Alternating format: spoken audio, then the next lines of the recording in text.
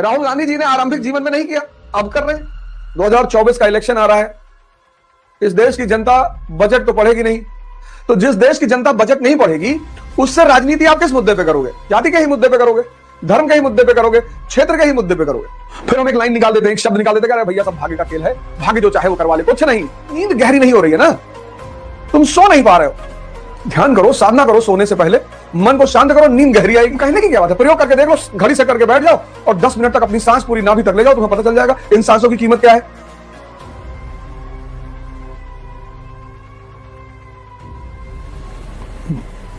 जय हिंद फ्रेंड्स।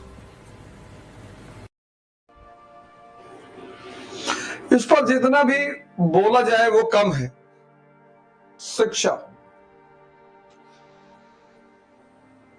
आज भारत के सामने बड़ी सारी चुनौतियां हैं,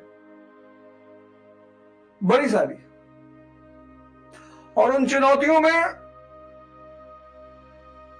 जो सबसे अहम भूमिका है वो है शिक्षा की। मैंने अपने लगभग सारे लेक्चरों में कहा कि ई यानी ई, एजुकेशन का मतलब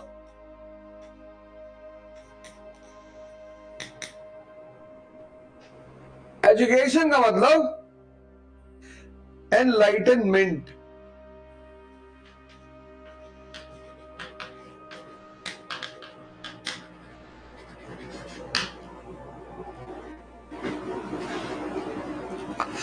हमने क्या किया, हमने कहा एजुकेशन का मतलब अर्निंग। बस यहीं पर इस देश का दुर्भाग्य शुरू हो गया, यहीं पर। क्योंकि जितना दिमाग जिंदा नहीं होगा, जिंदा दिमाग देखता है, सवाल करता है, सोचता है। आजकल तो इतने सारे चैनल हैं और सारे चैनलों में अपनी अपनी कहानी सुनाई जा रही है। हमें भी पता है 2024 का इलेक्शन आ रहा है, इस देश की जनता बजट तो पढ़ेगी नहीं, तो जिस देश की जनता बजट नहीं पढ़ेगी उससे राजनीति आप किस मुद्दे पे करोगे? जाति के ही मुद्दे पे करोगे, धर्म के ही मुद्दे पे करोगे, क्षेत्र के ही मुद्दे पे करोगे। तो यह भारत का एक बहुत बड़ा दुर्भाग्य है कि एजुकेशन 80% के आसपास पहुंच गई, लेकिन दिमाग को जिंदा नहीं कर पाई। Education is to make the mind alive. अब जो जिंदा दिमाग है, अलाइव दिमाग है, वो कुछ बातें उसके जीवन में क्लियर रहेंगी कि जहां भी एम्बिशन है,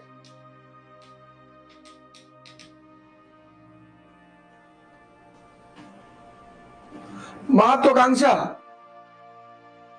वहां त्याग अपने आप होगा, सैक्रिफाइस,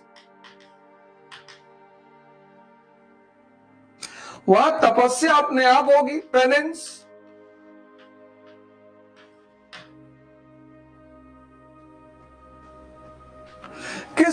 किसके जीवन में नहीं है बताओ? कोई एक महत्वाकांक्षी आदमी बताओ, कोई एक महान आदमी बताओ जिसके जीवन में ये सारी बातें ना रही हो।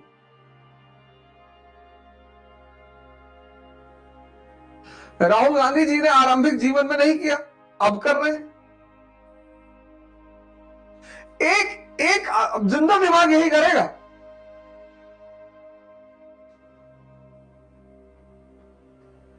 जिंदा दिमाग यही करेगा कि वो देखेगा कि यार जहां भी महत्वाकांक्षा है वहां त्याग है। श्री राम जंगल नहीं जाते, कभी नहीं भगवान होते। श्री कृष्ण का जीवन देखो, गांधी जी का देखो, अंबेडकर जी का देखो, लिंकन का देखो, कलाम साहब का। तुम एक महान आदमी उठा लो, ये जो मरा हुआ दिमाग है, मरा हुआ, ये मरा हुआ दिमाग चाहता है कि एम्बिशन हो लेकिन सेक्रीफाइस ना हो, लेकिन तपस्या ना हो। ये संभव नहीं है।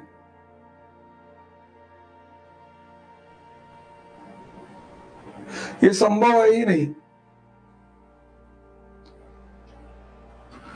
दुनिया में कहीं सुने हो 5 बजे क्लास चलते हुए सुबह? और अभी तो चलो गर्मी शुरू हो गई, सोचो दिसंबर में जब ये क्लास चलेगी।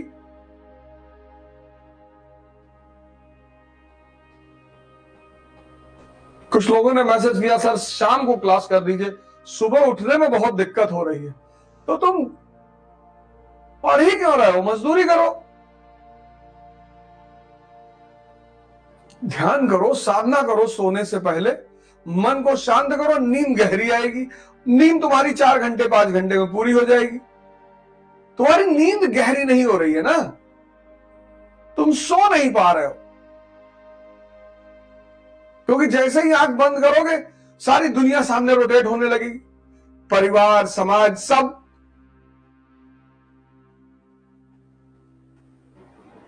तो शिक्षा बहुत क्रांतिकारी चीज है, बहुत बहुत ही क्रांतिकारी। और उसमें भी मैं डॉक्टर अंबेडकर को हमेशा कोट करता हूं। मुझे वो लाइन उनकी इतनी अच्छी लगती है, कोट करने का उद्देश्य यही है। मुझे वो लाइन, उन्होंने शिक्षा को गाय का दूध नहीं कहा कि गाय का दूध है और अमृत है। वो गाय का दूध भी कह सकते थे कि शिक्षा गाय का दूध है, अमृत है। उन्होंने कहा शिक्षा शेरनी का दूध है। किनको कहा? वो जो दमित लोग थे, समाज में पिछड़ा वर्ग था, जो समाज की मुख्य धारा में शामिल नहीं थे, और खुद एग्जाम्पल बनकर दिखाया कि देखो मुझे कोई कहीं से भगा रहा है, मुझे मंदिर में मान लो नहीं भी एंट्री दी तो मैं इस देश के प्रजातंत्र के मंदिर में बैठ गया जाकर। ठीक है, मुझे हो सकता है भगवान के मंदिर में ना एंट्री दी गई हो, लेकिन मैंने इस शिक्षा के बल पर इस देश के जो प्रजातंत्र का मंदिर है वहां अपनी जगह बना ली। ये छोटी उपलब्धि है। तो अब शिक्षा पे नजर डालना बहुत जरूरी है।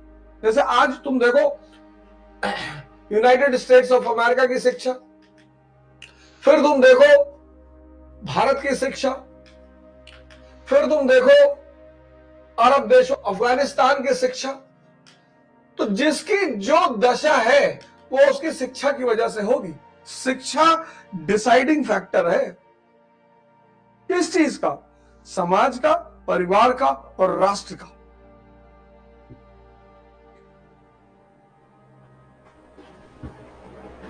शिक्षा डिसाइडिंग फैक्टर है समाज का, परिवार का और राष्ट्र का। और अगर तुमने एनसीईआरटी की पहली लाइन पढ़ी होगी, अगर तुमने एनसीईआरटी की पहली लाइन पढ़ी होगी, एजुकेशन क्या बात कहता है? पहली लाइन कहती है education was not completely neglected, not completely neglected.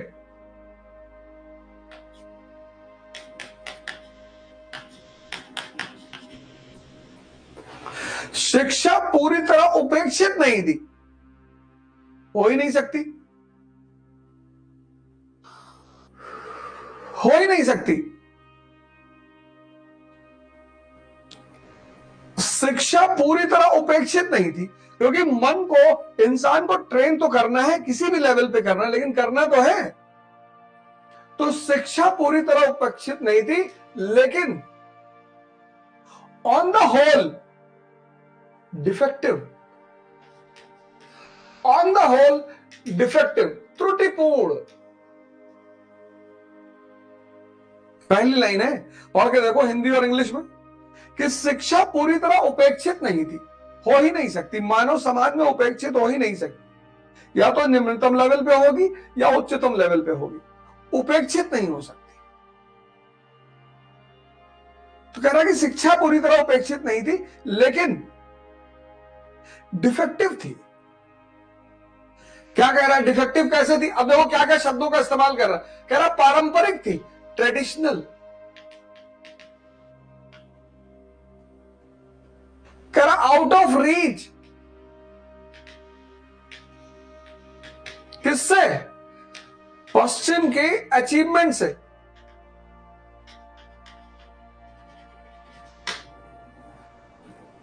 क्या पारंपरिक थी, आउट ऑफ रीच थी,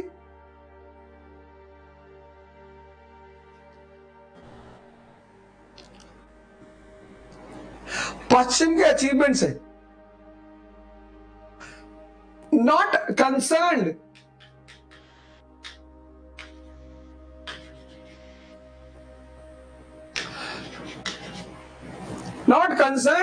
about facts and rationality, not concerned about facts and rationality.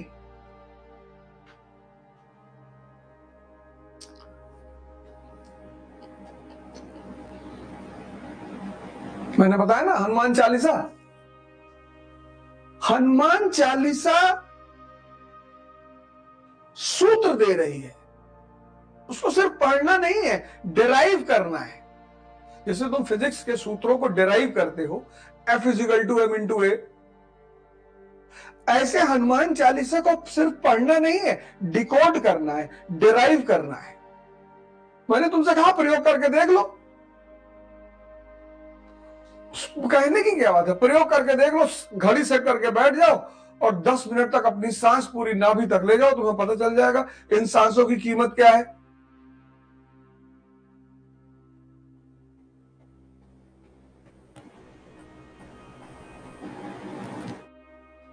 पूजा क्यों करें? बहुत बड़ा सवाल है कि पूजा क्यों करें। अब पूजा होती है आंख बंद करके। पूजा का मतलब, अब यही रैशनैलिटी देख लो। अब पूजा का मतलब मांगना नहीं, वर्शिप का मतलब, आम आदमी के लिए मतलब क्या है? मांगना।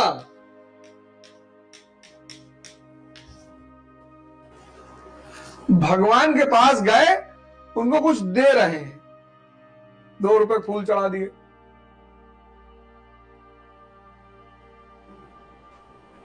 ₹20 के लड्डू चढ़ा दिए, और फिर कह रहे भगवान पीसीएस वाला रिजल्ट देख लेना। ₹5 फूल, ₹20 के लड्डू में इतना बड़ा काम लोगे तुम?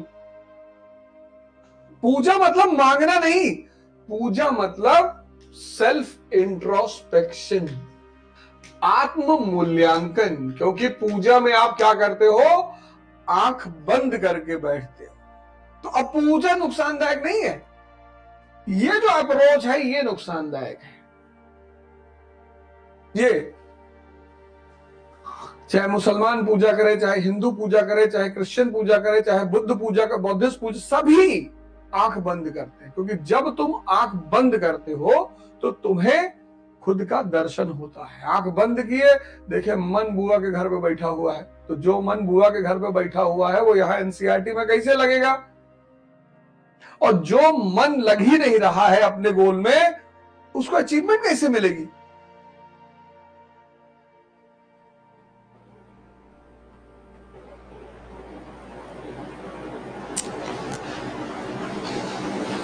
भाई हम पढ़ते हैं कि लिंकन जी के पास किताब खरीदने का पैसा नहीं है, प्रेसिडेंट ऑफ अमेरिका।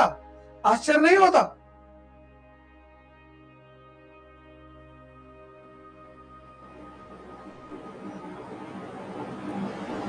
फिर हम एक लाइन निकाल देते हैं, एक शब्द निकाल देते हैं, कह रहे भैया सब भाग्य का खेल है, भाग्य जो चाहे वो करवा ले। कुछ नहीं, सब मन का खेल है।